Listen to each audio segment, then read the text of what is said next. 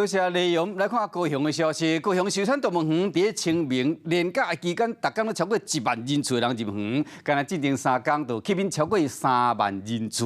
4月初3更加是超过13000人，因个是重新开园了后的一个新纪录。也过人一个街就较乱，就乡亲看到讲有几口走的人到乌星星区，想要到这个囡仔摕物件一直往内面里弹，家长看到了，唔啦无阻止，佮做伙弹，甚至佮拍扑啊，袂输你肯定共款。动物园认定讲，这款的行为已经犯法。你看，好像下面的。你看。囡仔甲食的，去动物区内底，边仔家长看家己拍扑啊，就亲像伫咧讲家己囡仔哪会这尔搞。厉害啊！厉害个屁啊！厉害！因的行为拢扣翕落来，不过讲实在的，真唔通。在动物园可以喂食吗？不行，为什么？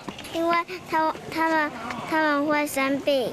当然是不可以的，因为动物的三餐饮食还是动物园的专业的人员照顾。应该会制止我的小孩，应该不要去做这样的事情。民众去慰问的时间是伫咧4月初4下晡，寿山动物园的乌星星区有爸爸妈妈带囡仔来接送，结果囡仔就甲食的捡去内底，大人嘛做伙捡。动物园就讲，这个行为是伫咧伤害动物，嘛已经犯法。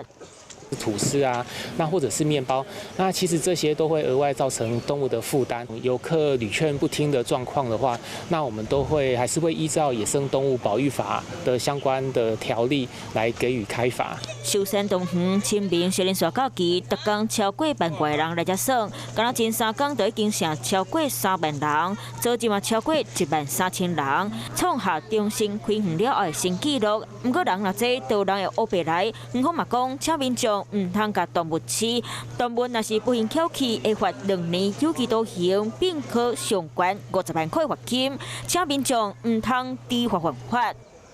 Hello， 大家好，我是乃瑜，要教给大家2个任务。第一个，华视新闻的脸书专页，你按赞了吗？